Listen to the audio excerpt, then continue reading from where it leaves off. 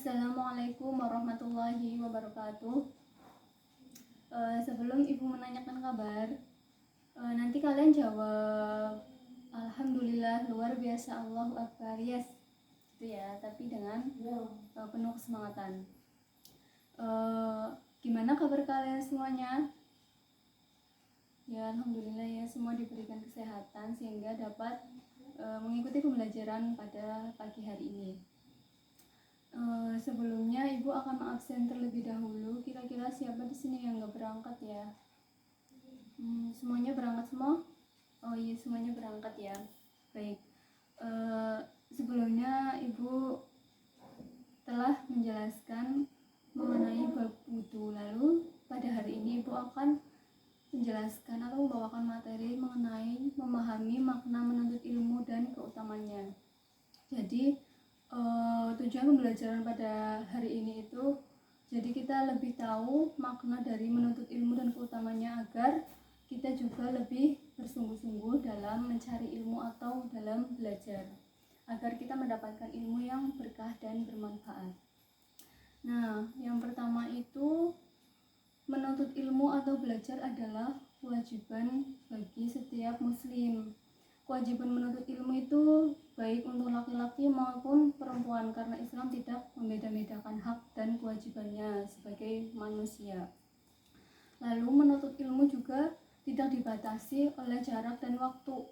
Mengenai jarak, ada ungkapan yang menyatakan bahwa tuntutlah ilmu hingga ke negeri Cina. Demikian pula dalam hal waktu, Islam mengajarkan bahwa menuntut ilmu itu dimulai sejak dari buayan hingga liang lahat.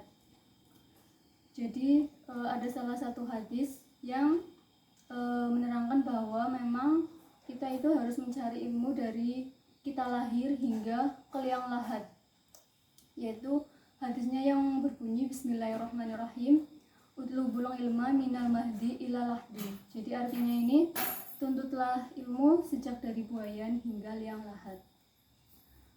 Nah, terus selanjutnya fungsi ilmu adalah untuk mencerdaskan umat.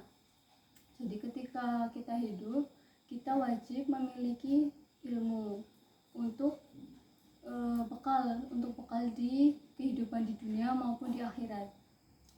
Nah, tidak dibenarkan menuntut ilmu pengetahuan hanya untuk mengejar pangkat dan kedudukan atau keuntungan pribadi saja. Apalagi ilmu itu digunakan untuk kesombongan dan juga kebanggaan diri. Maka nanti ilmu yang didapatkan tidak akan bermanfaat dan juga berkah. Lalu pentingnya memperdalam ilmu pengetahuan, mengamalkannya dengan baik dan menyebarluaskan. Jadi ketika kita sudah mempunyai ilmu, baik ilmu sedikit saja, misal kita sudah menghafal surat Al-Fatihah, lalu kita mengajarkan anak-anak kita atau adik-adik kita pada mereka masih kecil, kita ajarkan Al-Fatihah tersebut. Nah, surat Al-Fatihah ini kan surat yang dimana setiap sholat itu kan pasti kita lafalkan, maka kita akan mendapatkan pahala jariah. Nah, jadi jangan sampai disia-siakan walaupun kita mempunyai ilmu masih sedikit, sebaiknya kita amalkan saja karena itu akan menjadi pahala jariah ketika kita sudah meninggal. Walaupun kita meninggal, tapi kita telah mengajarkan atau mengamalkan ilmu tersebut kepada adik-adik kita, kepada anak kita, maka kita akan tetap mendapatkan pahala yang terus mengalir. Jadi sebaiknya memang harus diamalkan agar ilmunya juga bermanfaat dunia akhirat. Nah, lalu hukum menuntut ilmu ini ada dua, yaitu fardu kifayah dan fardu ain. Yang fardu kifayah itu berlaku untuk ilmu-ilmu yang harus ada di kalangan umat Islam, sebagaimana yang dimiliki oleh golongan kafir, yaitu seperti ilmu kedokteran, ilmu perindustrian, ilmu falak, ilmu eksakta, serta ilmu-ilmu lainnya. Jadi ilmu umum, ilmu di dunia. Nah, lalu fardu ain yaitu ilmu tidak boleh ditinggalkan oleh setiap muslim dan muslimah dalam segala situasi dan kondisi, seperti ilmu mengenal Allah Subhanahu wa taala dan juga segala sifatnya atau ilmu agama. Jadi ketika kita menuntut sebaiknya itu harus seimbang antara ilmu di dunia dan juga di akhirat. Jangan hanya menuntut ilmu dunia saja. Jadi juga utamakan ilmu agama lalu kemudian ilmu di dunia. Karena yang terpenting adalah kan kita hidup di akhirat itu kan kekal di sana. Nah, kita jangan hanya menuntut ilmu keduniaan saja, tapi juga ilmu akhiratnya. Itu yang paling penting. Lalu ada beberapa keutamaan orang yang menuntut ilmu.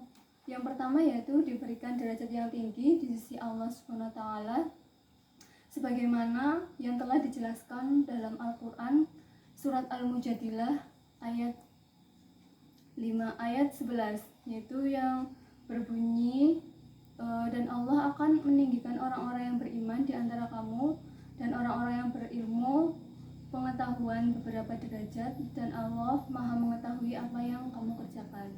Lalu yang kedua, diberikan pahala yang besar di hari kiamat nanti, sebagaimana Rasulullah SAW itu bersabda, penuntut ilmu adalah penuntut rahmat dan penuntut ilmu adalah pilar Islam dan akan diberikan pahalanya bersama para nabi. Lalu yang selanjutnya merupakan sedekah yang paling utama. Nah, tadi Ibu udah jelaskan ya. Jadi kita menuntut ilmu juga sudah sedekah, terlebih jika kita mengamalkannya dalam kehidupan sehari-hari dan juga mengamalkan kepada orang lain, maka kita akan mendapatkan pahala sedekah tersebut, pahala jariah tersebut. Nah, lalu yang keempat, lebih utama dari sholat 1000 rakaat. Lalu diberikan pahala seperti pahala orang yang sedang berjihad di jalan Allah.